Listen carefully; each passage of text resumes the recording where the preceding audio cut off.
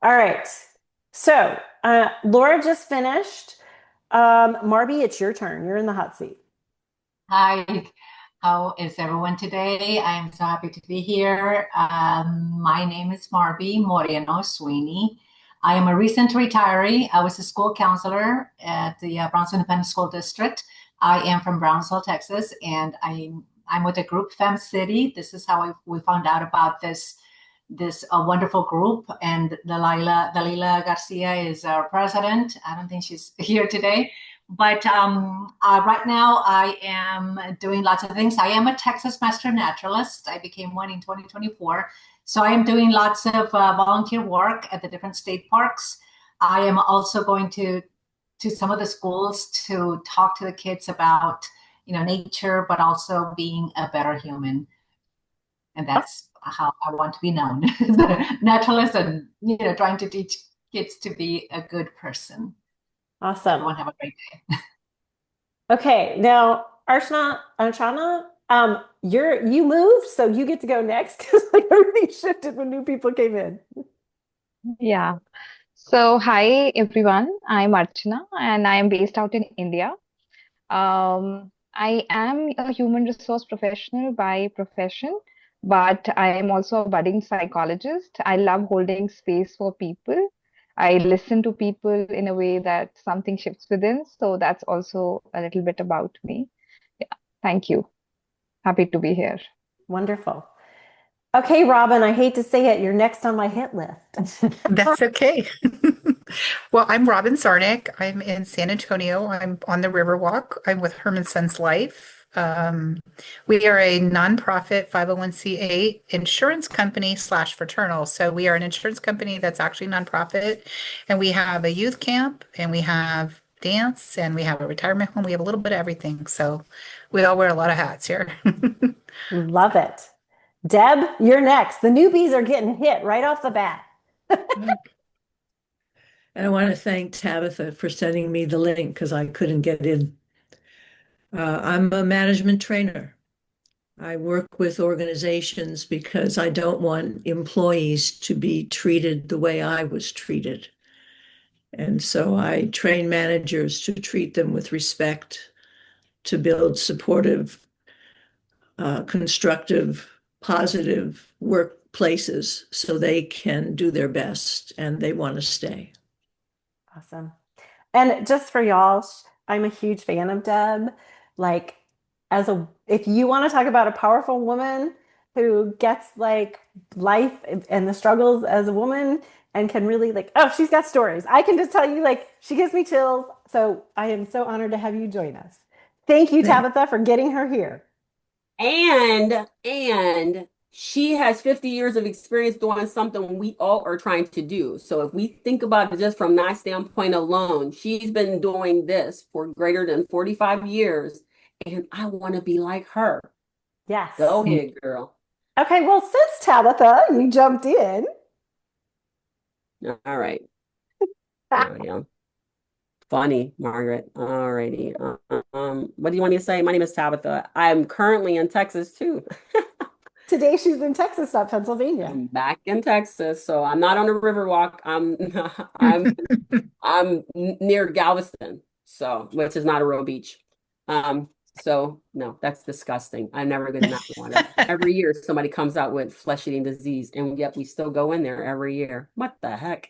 Anywho, my business is called Keeping Your Kids Safe. And because my niece was placed on the wrong school bus twice in the same school year, I developed a platform that allows each child to effectively communicate their way home.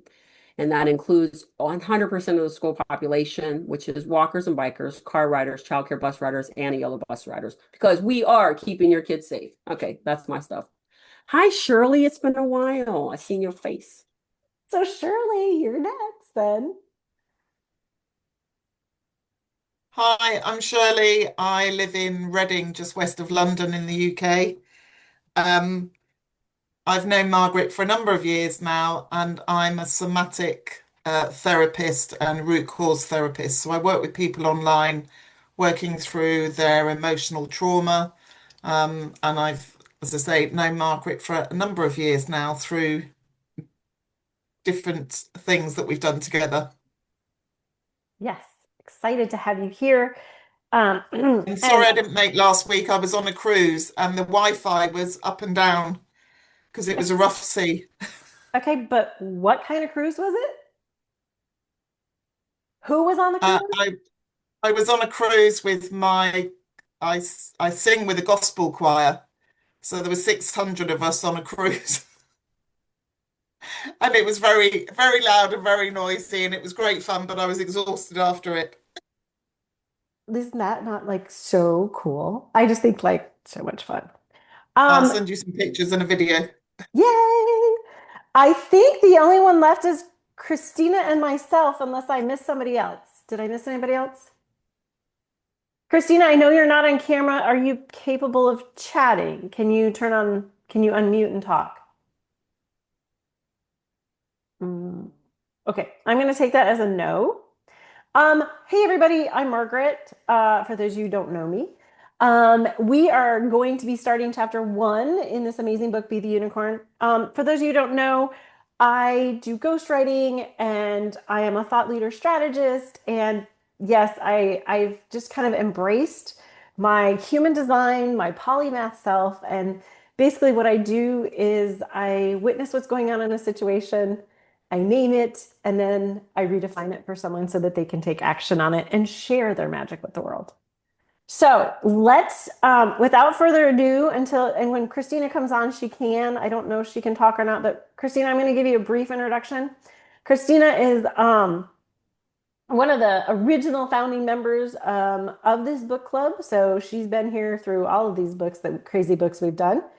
And she is an interior designer and she lives not far from Tabitha in League City now. She's almost about to be a homeowner in a new city, though.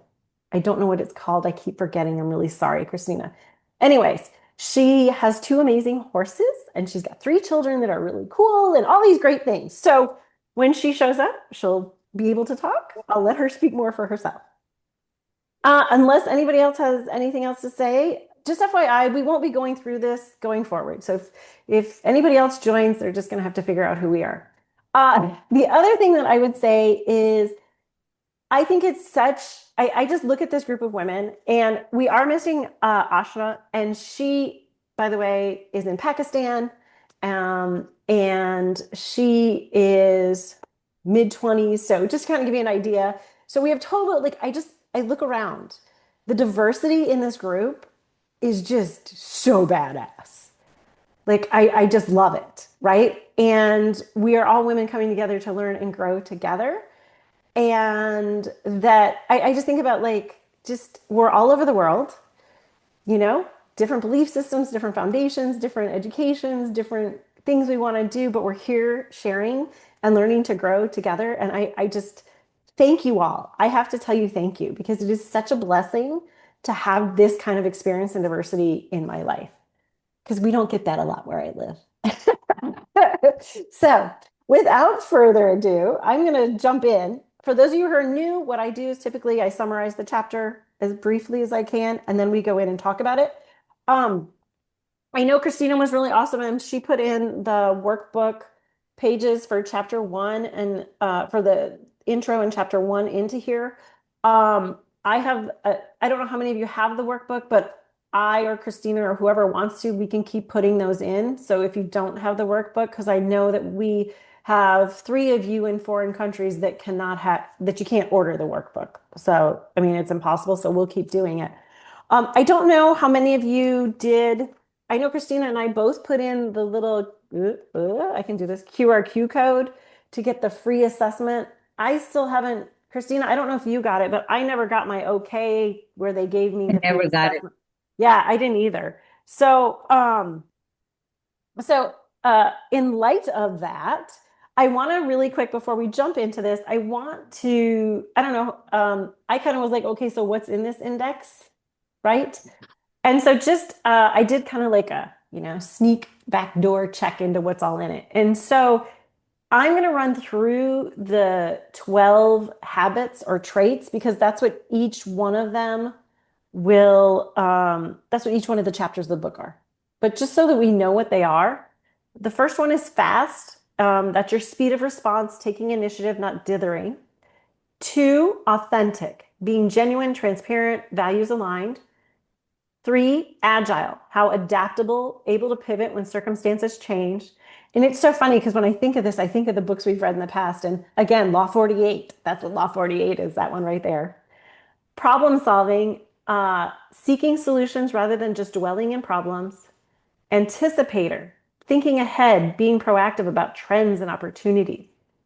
Prepared, readiness, organization, having plans, resources. Self-aware, knowing one's strengths and weaknesses and how you're perceived. 8, curious, desire to learn, ask questions and grow.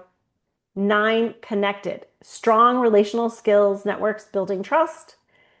10, likable, perhaps interpersonal ease, positive presence, influence. 11, productive, getting results, execution, high output, input, and impact. 12, purpose driven, is there's a clear why motivation behind the job, the bigger mission. So that's what these chapters will be going through. What the assessment does, you can go to their website. It's $29 to pay to get it done. I'm still trying to work on how we can get the codes to work. As of right now, though, I'm not getting any responses back. And what it does is it evaluates where you stand on those 12 traits. Okay. And so the index, just so you know, was created out of the research that they did, that they wrote the book on. So the 30,000 interviews and 2,500 executive searches for the assessment tool to come up with it. It is intended to give a score or a profile across these traits, which you are strong in, which ones you are not, and giving you an insight as to become how replaceable or what you might need to, what are opportunities and areas to grow in. So that's what I have to share on that. We'll have to figure out a way to get there, or maybe I'll pay for it. And I don't know, Christina, you and I can get together on this, because maybe if I pay for it and I walk through it, it can give me a good enough gist. I got nothing for you guys. I'm sorry. I can't be more helpful with that. However, I do want to kind of interact the workbook with what we're doing today, because I think, not that we don't have enough to talk about already, but in case we want more to talk about, there's plenty in the workbook. And so I would say do the work, look at the workbook before you read the chapter each week. Because like this week, it had challenges in here for you to look at, and it would be good if you had all week to like track it. Anyway, jumping in the fast. So in this, he starts sharing about, he starts the book off with a story about Blake. And he moved to Nashville, he started a media company, and then he got into Easy Laundry. And I love this because this is like the tentacles, right, that you send out into the world. And then he and his sister had this idea for something called The Amazing Race. Go figure. And what ended up happening is it went from media to laundry, Amazing Race to Tom's Shoes, and it's just kept growing and growing, right? And isn't that what we want to do? We want to be able to do all of those things, right? And be able to expand what we do. And in this, he says that Blake is investigating new enterprises, still racing to find the next big thing for himself, but with a sharp focus on what his next endeavor can do for the world. So he goes in and he starts talking about speed wins. And unicorns know this, he says. And if we ourselves are not on demand in some capacity as well, we lose. We'll lose opportunities to achieve more and be more. Response time matters. And so he further continues to go in and talk about why being fast is scary. And he talks about being fast is often associated with being first. And being first comes with a lot of risks, especially as entrepreneurs. We might know these things. It's much more comfortable for us to wait and see what happens to the first guy before we act on an opportunity in which we're unsure. I just think of like when you're a little kid, right? And they're like, hey, try this. And you're like, I'm not going to be the first one. You do it, idiot. Right? Like, you don't be it. Uncertainty is hard on our brains. And I thought it's always to me so helpful to be reminded that like our brains evolved with the purpose of keeping us alive, not being adventuresome, not being first. And our brains are really vigilant about that. Our brains are also predisposed to procrastination, but slightly fewer noble reasons, but for slightly fewer noble reasons than keeping us alive. It's because our pleasure system wants the party. It's much stronger than our prefrontal cortex, right? This is the planning part of our brain, and it tends to win. And so he goes on to talking about being fast doesn't mean saying yes. And I think this is a really critical, important point. And that is that it's very important to remember that being fast doesn't mean saying yes to everything always, right? Rather, it means discerning quickly what needs immediate response and what does not. And I think we so often get that mixed up. And I know for me, like when I was in corporate America, it would almost like I had that almost turned on me, right? I was quick to be able to discern, but they were like, no, you were moving too fast. And I'm like, maybe you're moving too slow. I don't know. But I think that there's a really important thing in there is the speed is not about just saying yes, it's about what to say yes or no to. He goes in and shares about the risks are worth it. And um, again, he talks about kind of how our brain goes against us and all of these things. The spell has been broken long enough for the prefrontal cortex to kick in when all the reasons to purchase are bad ideas. So I'm just going to say that he shares a story about someone who, is presented with something and it's all about, like making that decision. And this is where if you're in sales, you want to close stuff as you want to close that high is going on because if you move people too far past them, they think too much, right? And on one hand, for us, it's, I know for me, like with my human design, I'm a take 24 hours and think about it.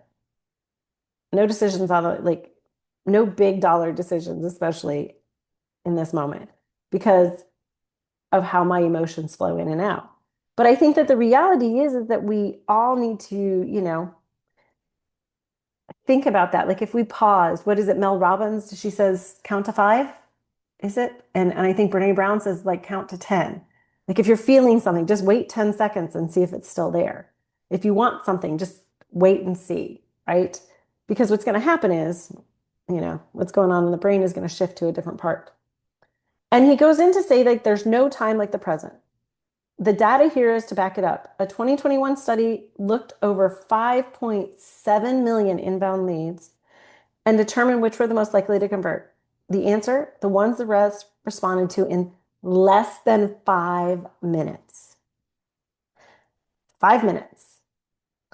And so he shares the chart in here, and I think it's really interesting. The 0 to 5 is the highest, 8 times. And then it drops down for the 6 to 30. You get a little pickup during 30 minutes to 2 hours, and then it drops again. But how many of us who are in business think about this? That when someone calls in, or when you're making, let's say they fill out a form and they're interested in your business, or they click a lead, how many people are reaching out in less than 5 minutes? I know for one of my businesses, we have on our reps that when someone fills out a form, they have 10 minutes to contact them. That's it. 10 minutes or they turn into pumpkins. So I shared this with my business partner. He's like, okay, so now they have 5 minutes. I just really felt bad for my reps for showing this.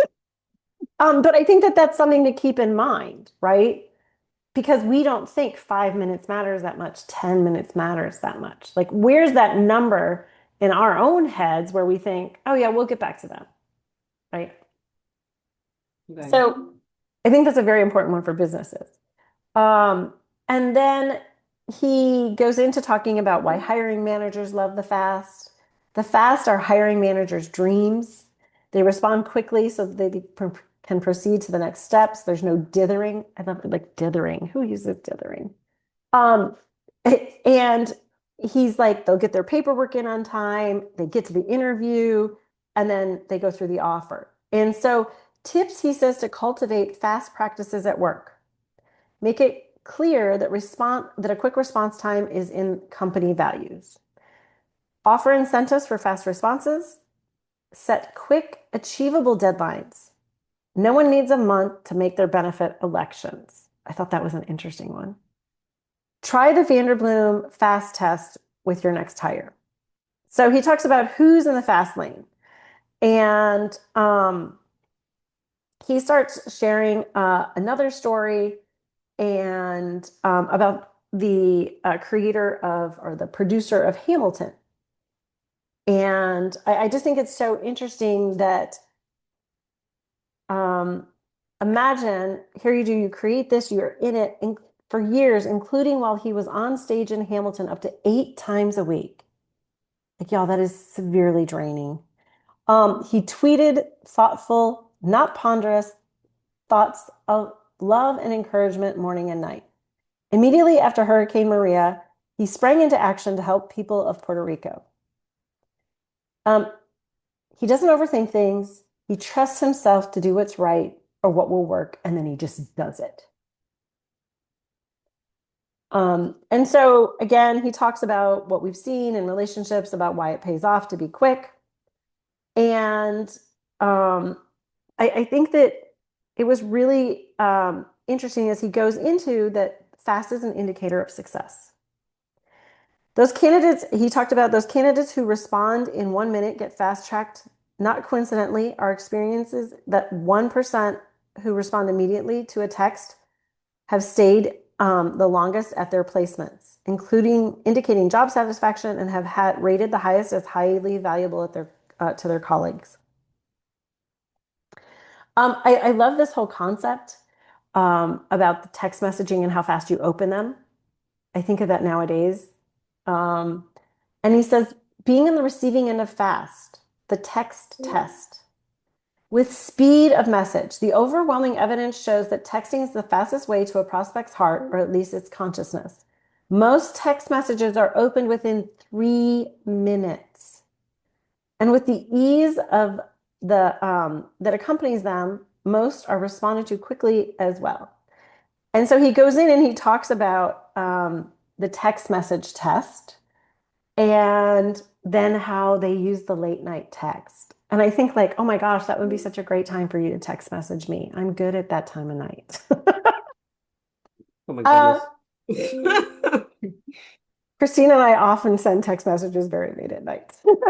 It sounds simple, responding to late night texts, but it's very telling for recruiters. I have, however, ruined this part of the test now because I told the story. I just want to know, like, how many of you, if you got a text message at night from a recruiter, would you be thinking, like, yeah, this is valid? In the day now that you get so much junk, even in text message, I'd be like, wow.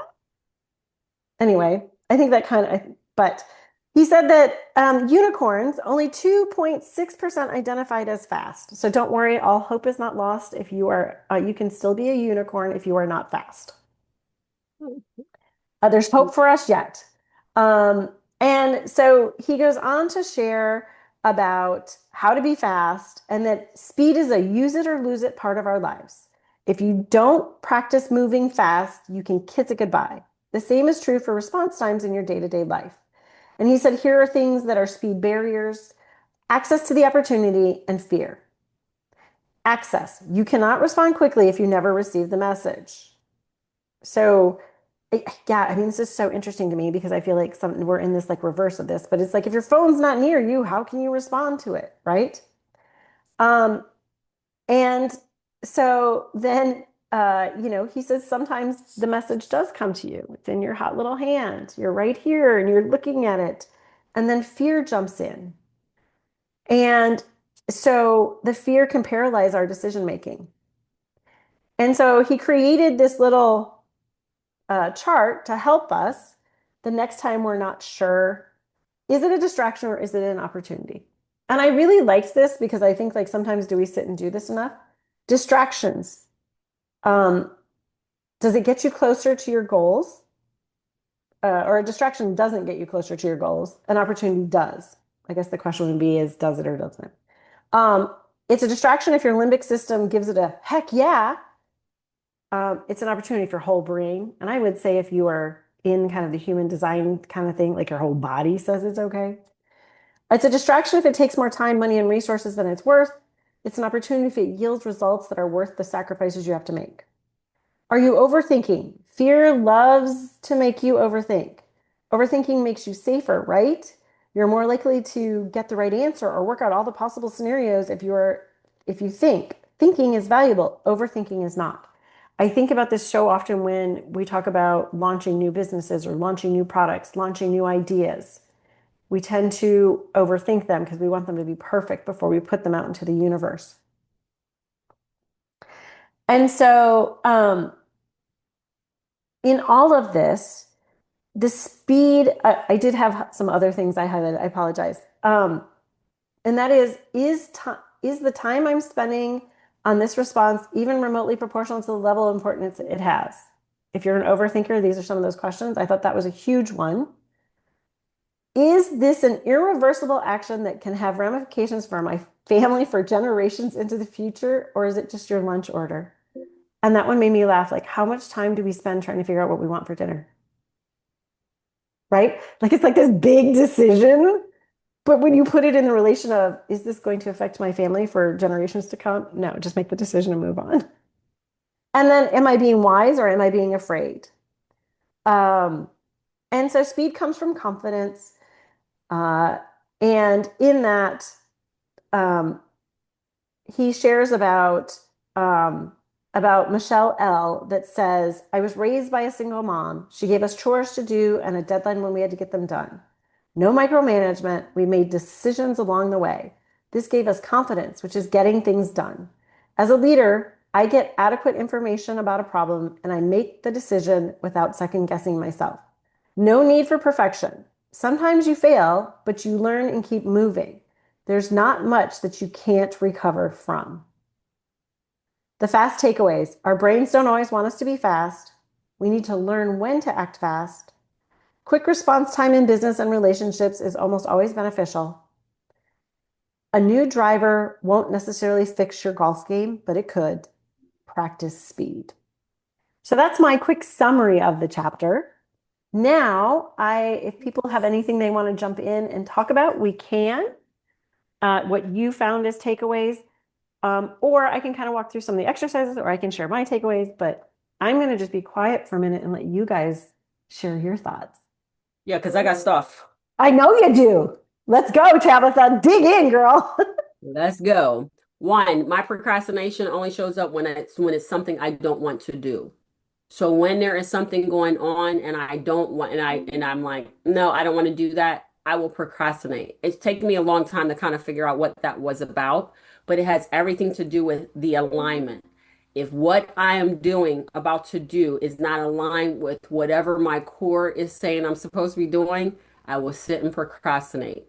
If it's something if I don't have enough of the puzzle pieces together, and to move forward, I don't have enough data, I will procrastinate. These are traits that I know about myself. That's very, very good. Now, here's the other part of this is that you're funny because this book is funny. This chapter was funny because when I was listening to it, I just started laughing. Because when I was in the workplace, when I was in corporate America, they were like, you're always 3 steps ahead of us. And I was like, because I don't want to stand next to you. I don't want to walk with you. I'm not interested in whatever that is, right? But I was always ahead of them because I was always thinking so far ahead. But when I started my own business, I was told by middle-aged men that to don't be so fast in responding. Don't do this quickly. Don't do that, right? And it was opposite of what I naturally do, which is naturally think 3 steps ahead. Not because I want to play king of the hill, because I am not interested in that game. What I'm trying to do is trying to position myself in a way that I understand what's coming up next. And so it becomes a strategy. It's like running ahead to see if I run ahead, is this the way they're going to go? Is this the option they're going to choose? And then making it easier for them to lean into stuff, you know? And I firmly believe in learning is in life. So everything that we do is not it's not a pass or a fail. That's not real. My opinion, that's not real. what is real is you learn as you go along. If you're in this experience, what is it about this experience that brings you here so you can learn and apply it to later? Because that's the most important part. So in a sense, I think I am kind of I'm a different type of unicorn, but I want to say, but being fast, it's important, but make sure I would just want to say I'm going to be my first client in that arena. It doesn't have to be, it's like instantaneous, because that's part of the reason why we have the microwave generation that believes that if you don't answer me in 5 minutes, he doesn't like me, he doesn't love me, oh, my world's going apart. But maybe he was busy, he was peeing, maybe he was doing the three S's in the morning. You don't know. Stop making assumptions about this mess. If he doesn't text you in 5 minutes, that doesn't mean your life is going to be over. That means he is busy doing something else. He might be diddling his own self. Who knows? But the point is that we cannot believe that just because somebody doesn't answer us right away, that they're not interested. Because I had this thing happen to me just recently, and they're like, the little person on my shoulder was saying how all these negative things. And I was like, have you met me? I will tell you if those are real. So stop entertaining those situations like that.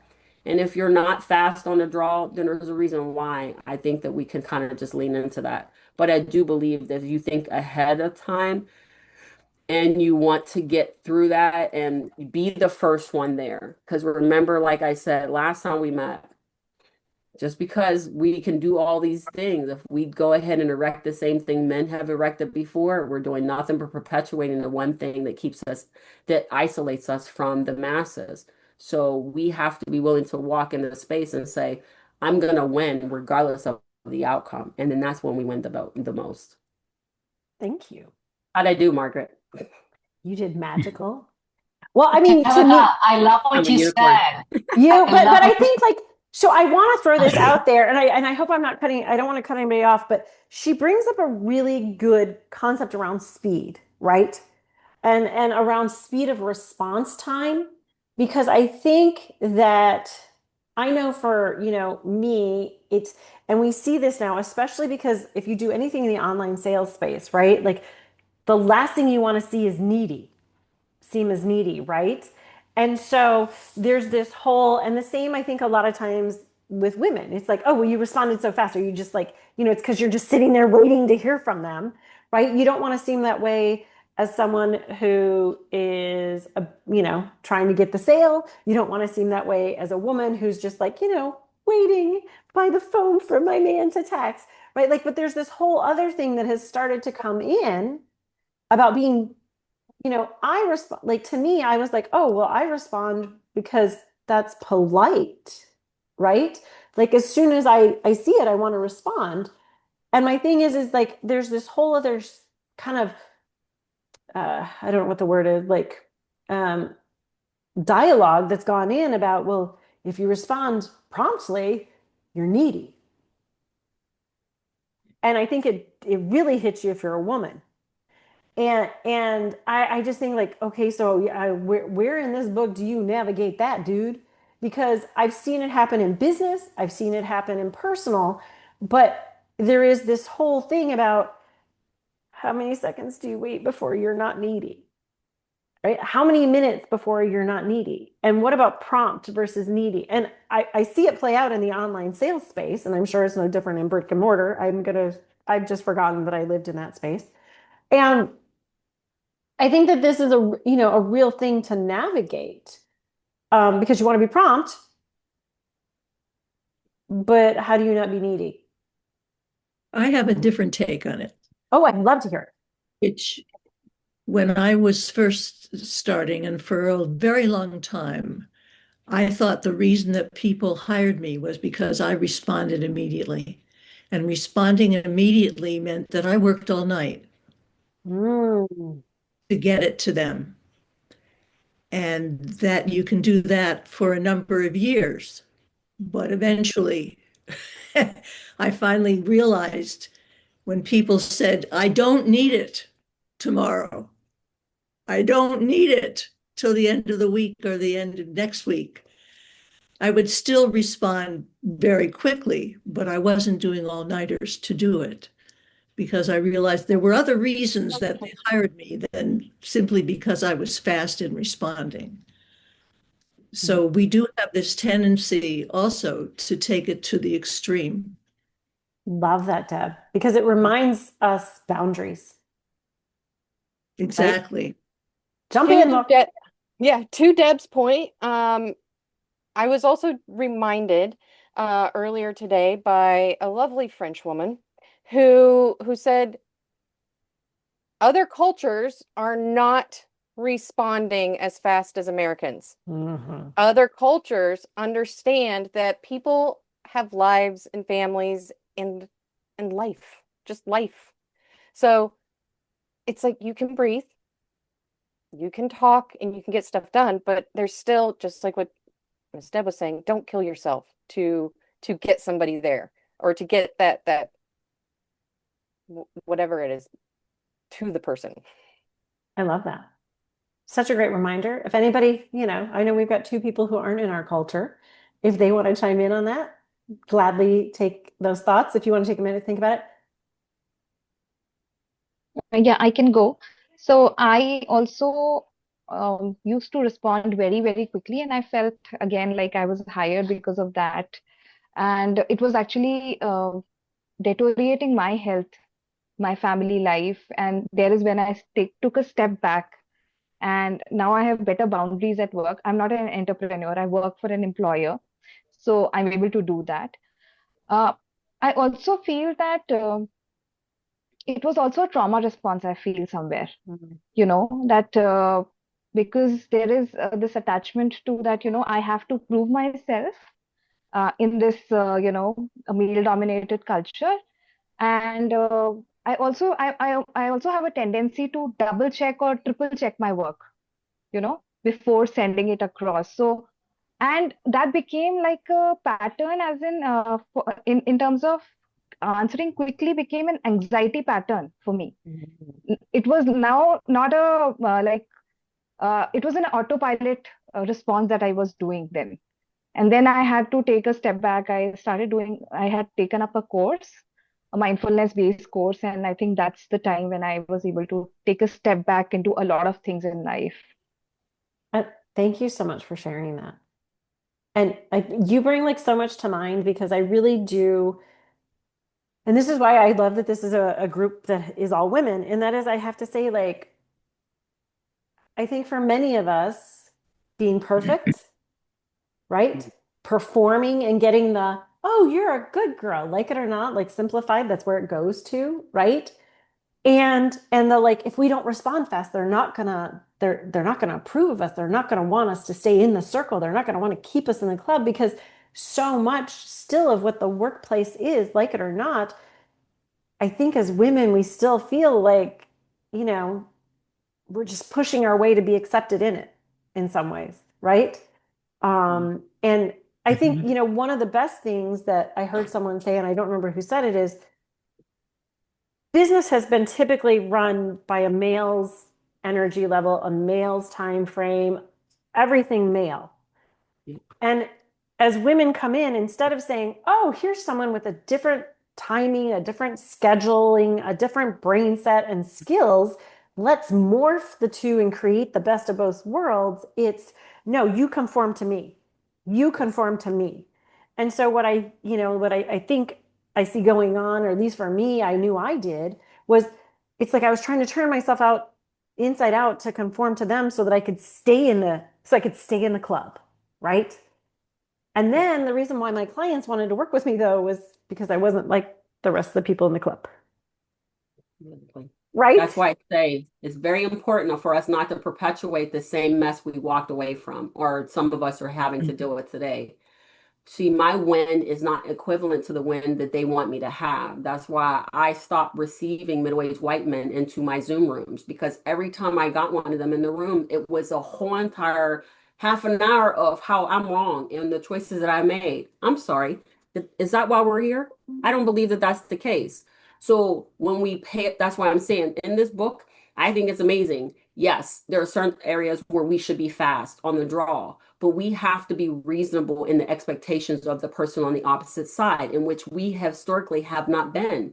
because we are driven by other people's expectations of what business is supposed to look like. Your business is supposed to look like whatever you create it to be, period, end of story. For all these other extras, I just put that in the parking lot. I will evaluate it when it's appropriate and let it go when it's not, right? And for me in engineering, we got the must-haves and nice-to-haves in the parking lot. The parking lot is where everybody's ideas, and everybody has ideas, just like everybody has a butthole, everybody has ideas. We can stick them in the parking lot, right? And then we can evaluate them later if it's something we want to adopt. I'm going to adopt that one because that seems like not such a butthead idea, right? But it's still something that's at our leisure, and it's not done with the intent of pleasing another human male who says that this is what we're supposed to do. We are different on purpose. We are meant to do the things that we're meant to do, and conforming to other things that necessarily is not necessarily to our benefit. My example is this. My nephew, we used to pick him up, every other weekend. I don't know. I got really attached to the little boy. But we'll pick him up every other weekend. But we started noticing he had bite marks. And bite marks, they go away if they don't break the skin. But he had literal bite marks. So they were breaking the skin, and he had so many of them on his back. And we couldn't figure out every time we fed him, he would be like, let's go, gotta hurry up, gotta get it, right? Till we figured out that the bite marks and him shoveling food was equivalent to people taking from him. People biting him until he finally relented and gave them his food, right? So that's corporate America backbiting, always trying to make you adjust to what they want you to do. So you won't do it their way. We'll bite your back until you relent. If we give you food, but we only give you 3 minutes to eat it because we don't care about your nutrition. Women don't do that. When our kids fall down, we look at them and say, are you okay? Is anything broken? Do we need to take you to the ER? If the answer is no, let's just brush you off and let's keep going. Men are from a distance. Get up. Stop acting like a punk. Get up. So why would we want to continue that, perpetuate that? So I think that we just need to set our expectations appropriately when we're exercising fast. So if there's a time period in which you can move fast, move fast. If there's a time period in which you cannot, then you cannot. But when the result is not yours, when the result doesn't come back the way you want it to, don't assume anything. Ask the question for clarification. And then I've gotten jobs. My question to the group is, if you got somebody who was fast on the draw and ran all the way to the front, what is the first thing that you do for that person? And is that still the same person you would choose to hire? Because it's not the case. Just because you're fast doesn't mean you're the best candidate. It just means I look at you first. I think we also have to look at the lens that the writer is looking through. According to him, it is wonderful that some applicant will answer a late night text. Now, that's assuming it's a man, because late night, what are we doing? We're putting children to bed. We're doing dishes. We're planning meals for the next night. There's a lens that he is looking through that skews what he's saying. Yeah. Right. I love that input. Yeah. I want to just really throw out there, I think what I see for so many women, fast is more in the decisive, right? If the fast is about, do I want to take action with this? Is taking action with this in line with me and what I want to accomplish and who I am, right? More than, because if it is, right, then we are fast and I think it's a little bit deeper to say, why are we fast for certain things and why aren't we? And is it about fear, procrastination, any of those things, or is it just about it's not aligned with us? And to that point, I want to throw out there, because I know I'm not the only one in the group, if you're neurospicy, if you're neurodivergent, some of this just doesn't play the same, right? And now if you're ADHD and it comes across and that's the thought you're thinking of, whoo, man, you can jump on it and be quick because then you're going to forget about it. You probably won't be good for the next message that comes along, but you'll catch that first one, right? Like that's my business partner. But if you're somebody like me who thinks deep and wide, like I'm gonna be like, okay, so this came through and they want me to answer this, but now do we look at this and what about this? And so do I respond about this? And like I might be looking at it and thinking about 50,000 different things, and I'll respond then back with like, a page, right? So there's all the different kinds of things I think like, and I also see a lot with women burnout, right? How do we respond fast in the face of burnout? How do we respond fast in the face of healing from trauma? How do we respond fast when you're neurospicy, right? There's so many of these different things that I know I'm not the only one who's gone through and experienced, right? And then how do we not judge ourselves if we're not fast? So I'm going to throw that all out to y'all for the last little bit. I have something to say. With me, like when I had my business, I'm ex-military too. So I was taught to act fast. But at the same time, it was like, I was contradicting myself, because I had to act fast, but then at the same time, I had to think about it, So, and it's hard being a female in business sometimes because you're competing with men. And like Deborah says, we have to deal with kids, we have to deal with everything. And it's like, it's a burnt out, because like you have multiple personalities, going on, right? It's like, and that's how I would like think about myself. Like I was in business by myself, and since it ended up being a big business at one point, I had to be different people for different departments. So it was kind of hard to be fast all the time. But then you learn like to kind of manipulate it in a way, like you will be fast, but you will not say a yes or no answer. You know what I mean? Like you will leave it there, like, so you won't lose it. Like, so I wouldn't lose the client. I had to learn that, like, how to play the game type thing. So I don't know if I'm explaining myself correctly, but it's kind of, it's hard being a female in business. It's hard when you're wearing a lot of different hats, right? Yeah. It's that I love it. It's that Angélie ad. I can bring home the bacon, I can fry it up in a pan, and I'll never let you forget you're a man. But I don't exist at the end of all of that. Like they left out that sentence, and then I am exhausted and I have nothing left for me. Correct. You gotta learn how to balance all that at the end of the day. And like Deborah was saying, also who texts at nighttime, it's usually the men because they go to work and they come home and they don't have to deal with the kids or the getting ready for school the next day and all that type of thing. So, yeah. Anybody else? Marina, Something else. Marina, so I just wanted to say, Marina, this hit me hard when you said the last line, right? That I would reach to this threshold, that point, and maybe then I just give it up, maybe, right? Or maybe just reach there, right? Because I have to be in this zone with males working together, right? And I think I've been thinking about it, and you just put it into words for me. So thank you so much. I just feel seen and heard in my own experience with that. Yes, thank you. Yeah, like you learn to kind of play the game and you don't want to lose, like, for example, in my case, I didn't want to lose the client. So I would say like a yes with a maybe type thing, So you start learning after a while how to manipulate the system. And I think that goes back to the laws, you kind of learn how to start learning how to play the game. But it is hard, there's still a lot of growing up for the men, they don't want especially like in our Mexican culture, they still don't want women in business, In the UK too. Huh? In the UK too. So I worked in IT solution sales.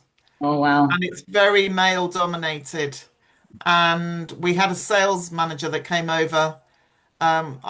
worked for a company and we were bought out by an American company, and this guy came over from America and did some sales training with us. And for us British that are a bit more reserved, to us he felt he was really in your face, and he was trying to teach us things that we just said just wouldn't work in our culture, because if you come across as being too pushy and too in somebody's face, you just end up turning them off. So I think there's cultural subtleties as well in that. But from a point of view of working for my own business, I'm always quick to respond to new inquiries coming in.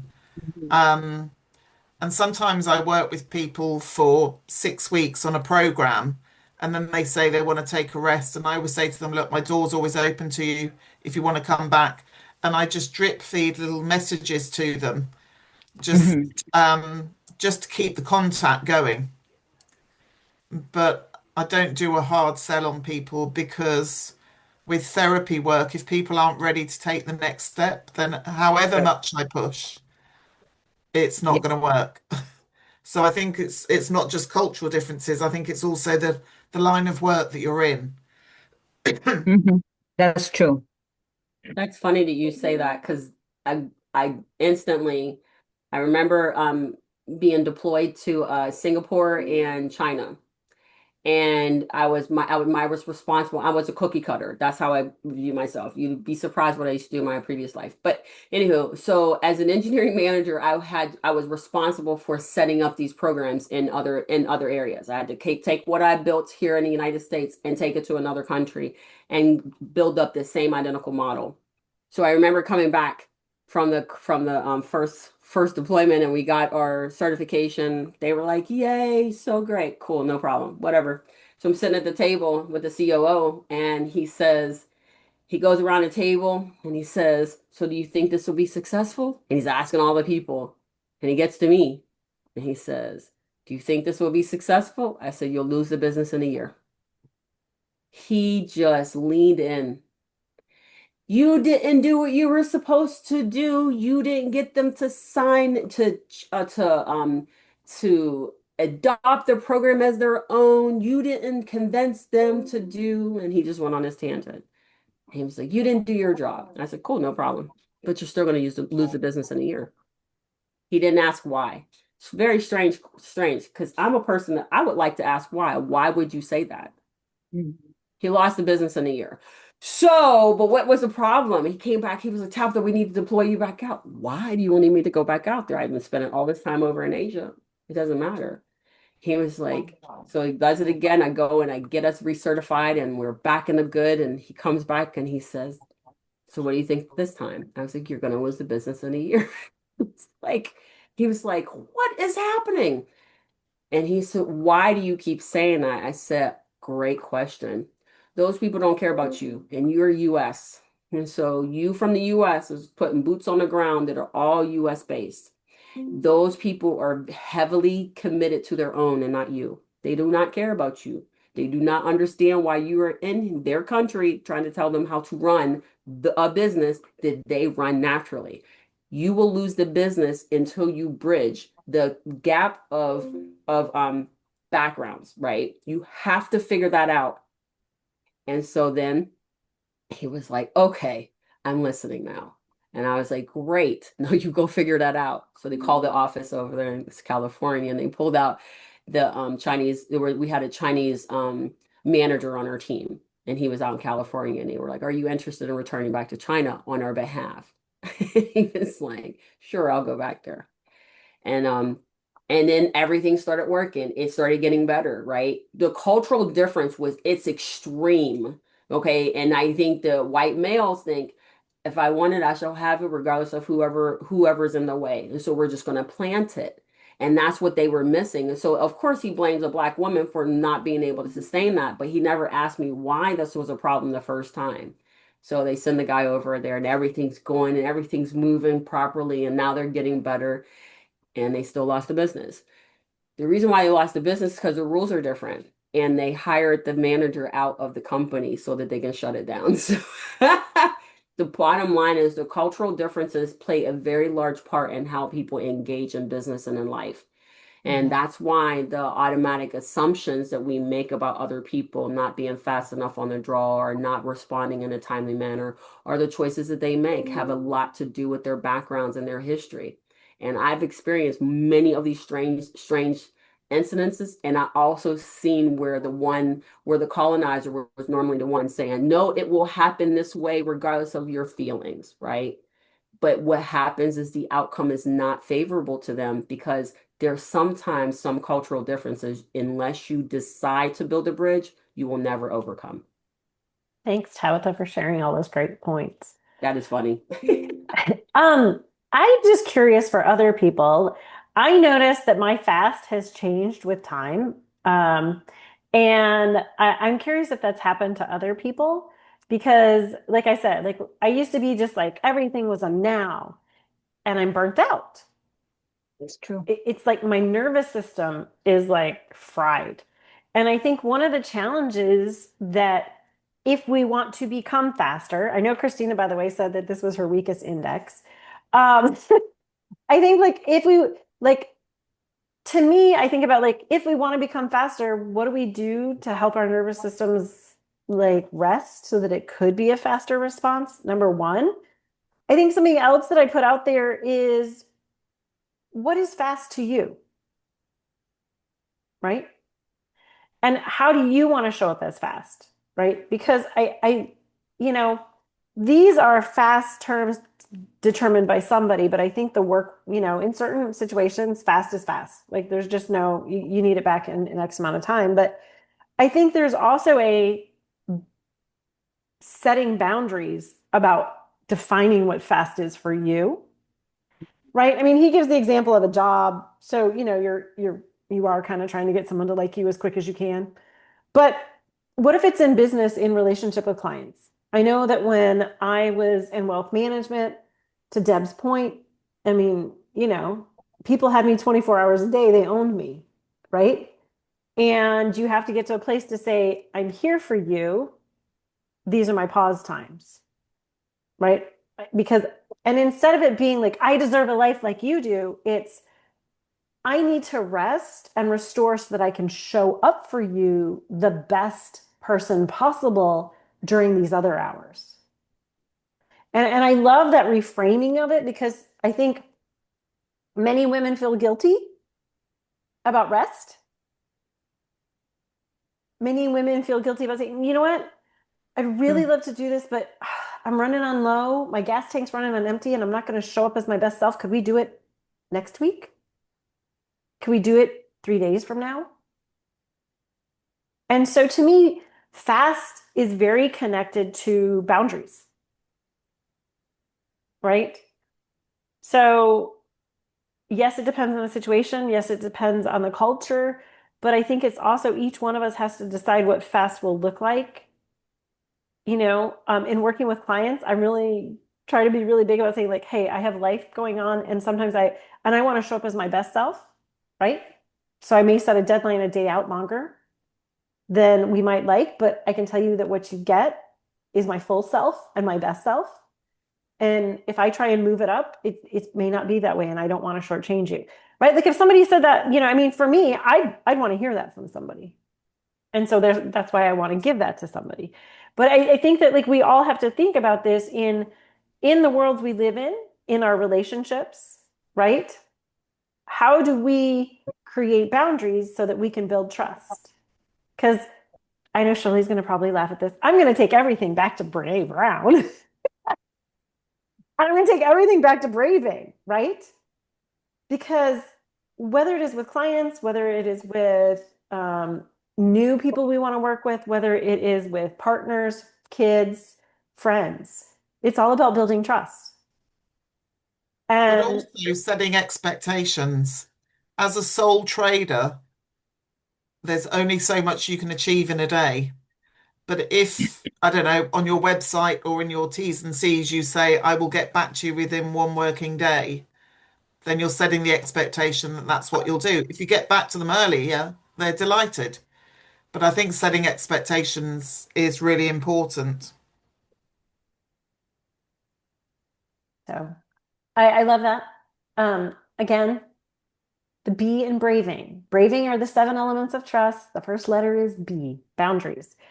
And I'm gonna say this like because we think about so many people think of boundaries as you stay out.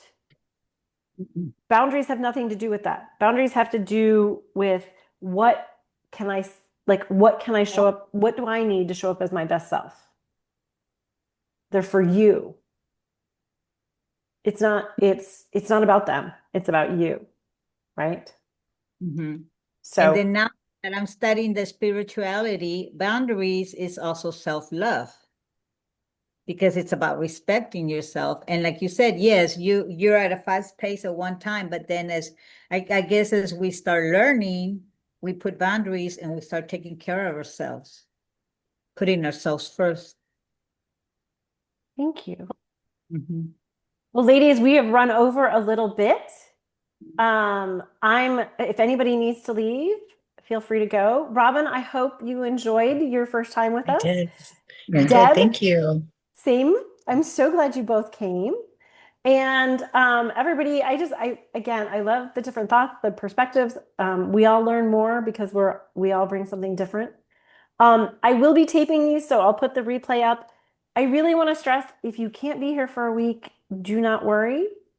The other thing that I wanted to tell you is, if you miss a week, I'm going to be putting if you go to up to the description in WhatsApp, I probably should have told you guys this, but if you go to the description, if you click on the top on WhatsApp and it goes to this page, if you go right here, this book club is for women who want it, and you do see more. The Zoom link is in here, FYI. I try to post it every week, but it's always the Zoom link is in here. And then below it, I'm putting the recorded sessions. Okay. Okay. So I'll post it. But again, like if you or don't want to go through the scroll or something and you just want to look at it, it's there. So all that data will be under the description. Please keep sharing what you all have been sharing. I love seeing what's going on in other parts of the world, what people are thinking about. And I know we learn and grow from each other. Does anybody else have anything they want to say before we close today? All I was going to say is thank you for having me first off. And I won't be here next week because we have a Halloween event at work. So we have like a big luncheon. But all I was going to say was, as we were talking, the things that made me think about it is that I've trained people that my time doesn't matter and my personal life doesn't matter at all. So I've trained them that my time is invaluable. And so that's something, setting those healthy boundaries is something that I really have to work on, because I train them that if they text me at 9 or 10 o'clock at night, I'm going to respond. And I've had to like untrain people, and they don't like it, but it's affected my health. It's affected my marriage, things like that, my kids. And so I have to really dial that back. And something I'm really focused on right now. So, but I thank y'all both, all of y'all, because y'all had some amazing perspectives. And so. Thank you for sharing that. Because I think most of us are guilty of that. Right? Yeah. And it's like we get in these positions and we get in with good intention. We want to help, right? And then somewhere in there, like we're busy doing it, we're so into it, and then it becomes the expectation. Yep. Right? That we keep functioning at that level, and then we don't want to disappoint anybody, right? Because like, what if they don't like us, right? And especially if you're trying to problem solve, right? I know for me, if I'm like trying to fix something that was broken, right? You're going against the current already. And so you're like, well, let me let them like me as much as they can because I'm already swimming upstream. And it can be really difficult. So thank you for sharing that. Thank y'all. Anybody else? All ladies, we have everything we need to be successful. Stop letting them outside voices become your inside barometer. That mess does not work. You are strong, powerful women, and no one should be able to take that away from you. So just remember that when you walk through these days. And some days are going to be great days and some days are going to be horrible days. But at the end of the day, the one person you have with you, regardless of anything and everything, is you. So love the skin you're in, love what you're putting out there in the universe, and understand that you are going to build a community that will help support you, but do not let anybody take your wind and fire, because that is all you. Everybody have a great one. Thank Tabitha, I just you. want to say, like, I Nice. think you've missed your calling. I think you should be I like, did not. does anybody else feel like she should be in the pulpit and like motivating? Like, I feel like you have a Sunday morning calling or something like that. I'm just saying. Working on All it. right, ladies, take Thank care. you. Everybody have a lovely weekend, and it was wonderful to see your faces here. Next week, the chapter 2, and it's about the authentic. And this should be a good one. So, Mhm. all righty. Thank you so much. Have a good week. Bye. Bye. Bye.